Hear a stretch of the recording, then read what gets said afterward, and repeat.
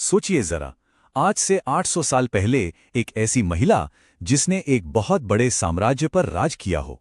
जी हां, आज हम बात करने वाले हैं दिल्ली सल्तनत की इकलौती महिला शासक रज़िया सुल्तान की उस अविश्वसनीय कहानी के बारे में। ये सवाल आज भी हैरान कर देता है ना। मतलब एक ऐसे दौर में जहां औरतों का काम बस घर तक ही सीमित माना जाता था, वहां रज़िया सिंहासन तक पहुंची कैसे? चलिए इसी गुत्थी को सुलझाने की कोशिश करते हैं। तो कहानी शुरू होती है साल 1236 से। दिल्ली के सुल्तान इल्तुतमिश की मौत हो चुकी है और उनकी मौत के साथ ही सल्तनत में एक अजीब सी खामोशी और डर का माहौल है। सिंहासन खाली पड़ा है और किसी को नहीं पता कि दिल्ली का अगला सुल्तान कौन होगा। मतलब भविष्य एकदम धुंधला था। देखिए, उस जमाने में ऐसा कोई पक्का नियम तो था नहीं कि राजा का बेटा ही राजा बनेगा। और सुल्तान का जो सबसे काबिल बेटा था नसीरुद्दीन महमूद, उसकी तो पहले ही मौत हो चुकी थी। तो अब सवाल ये था कि भाई अब दिल्ली की गद्दी पर बैठेगा कौन? ये एक बहुत बड़ा संकट था। अब सुल्तान के लिए यह फैसला लेना आसान नहीं था। एक तरफ तो थे उनके बेटे, जो सच कहें तो ऐशो आराम में डूबे रहते थे। शासन चलाने की उनमें कोई काबिलियत नहीं थी। और दूसरी तरफ थी उनकी बेटी रज़िया, जो सिर्फ काबिल ही नहीं बल्कि एक पैदाइशी लीडर थी। और देखिए, इल्तुतमिश को रज़िया की काबिलियत पर पूरा भरोसा था। उन्होंने उसे आजमाया भी था। जब वो ग्वालियर के अभियान पर गए थे तो पूरी दिल्ली की जिम्मेदारी रज़िया को ही सौंप कर गए थे। और जब वो लौटे तो उन्होंने देखा कि अरे वाह, रज़िया ने तो क्या खूब सल्तनत को संभाला है। बस तभी उन्होंने वो फैसला लिया जिसने इतिहास की धारा ही मोड़ दी। उन्होंने ऐलान कर दिया कि उनकी वारिस उनकी बेटी रज़िया होगी। सोचिए, उस जमाने में यह कितना बड़ा, कितना क्रांतिकारी फैसला रहा होगा। लेकिन सुल्तान की आखिरी ख्वाहिश ही रह गई। जैसे ही उनकी आंखें बंद हुईं, दरबार में बैठे ताकतवर तुर्क अमीरों ने अपने असली रंग दिखाने शुरू कर दिए। उन्होंने साफ कह दिया कि भाई, हम एक औरत का हुक्म तो नहीं मानेंगे, ये तो नामुमकिन है। तो इन अमीरों ने क्या किया? उन्होंने रज़िया के भाई रुकनुद्दीन को गद्दी पे बिठा दिया, बस नाम का सुल्तान बनाकर। असली पावर तो उसकी मां शाह तुर्कान के हाथ में थी, जो कि बहुत ही जालिम थी। और उनके राज में दिल्ली में सिर्फ जुल्म और लूटपाट मची हुई थी। मतलब जनता त्राही त्राही कर रही थी। और यहीं रज़िया ने अपना दांव खेला। क्या कमाल की सियासी समझ दिखाई उसने। जैसे ही उसका भाई रुकनुद्दीन दिल्ली से बाहर गया, रज़िया ने एक बहुत बड़ा और हिम्मत वाला कदम उठाया।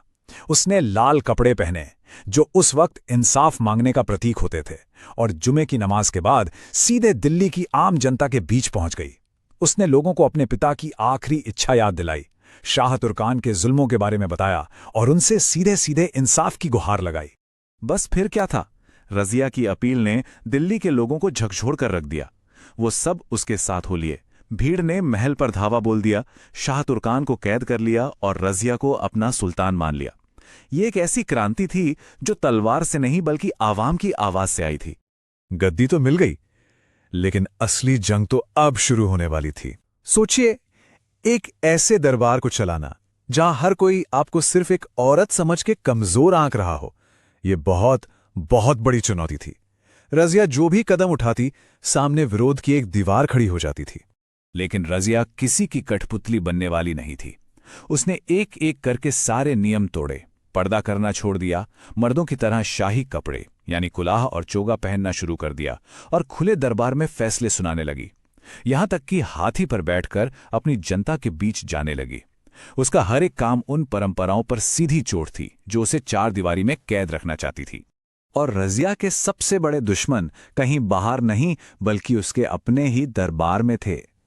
तुर्क-ए-चिहालगानी यानी 40 सबसे ताकतवर तुर्क सरदारों का एक ग्रुप। और मजे की बात देखिए, इस ग्रुप को बनाया था खुद रज़िया के अब्बा इल्तुतमिश ने, सल्तनत को बचाने के लिए। और अब यही लोग सल्तनत और सिंहासन के सबसे बड़े दुश्मन बन गए थे। और फिर एक ऐसा काम हुआ जिसने इस बगावत की आग को और भड़का दिया। रज़िया ने जलालुद्दीन याकूत, जो कि एक अबिसिनियाई गुलाम थे, उन्हें एक बहुत ऊंचा ओहदा दे दिया।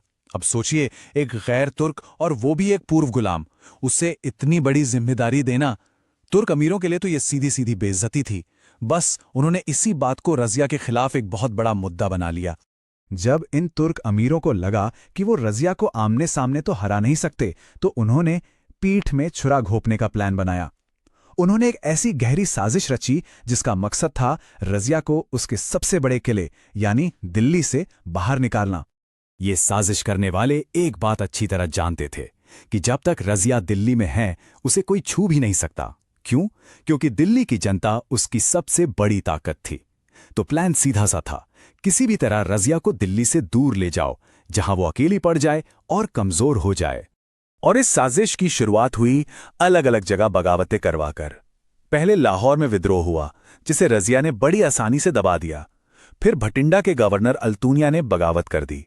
अब रजिया को उससे निपटने के लिए निकलना पड़ा। और बस जैसे ही वो दिल्ली से निकली, साजिश का आखिरी हिस्सा पूरा हुआ। उसकी अपनी ही फौज ने उसे धोखा दे दिया। उसके सबसे वफादार साथी याकूत को मार डाला गया और खुद रजिया को पकड़कर किला मुबारक में कैद कर लिया गया। लेकिन रजिया हार मानने वालों में से नहीं थी। कैद की चार दीवारी भी उसके इरादों को कैद नहीं कर सकी, बल्कि अब उसने एक ऐसा दांव चला जिसकी किसी ने दूर दूर तक उम्मीद नहीं की होगी।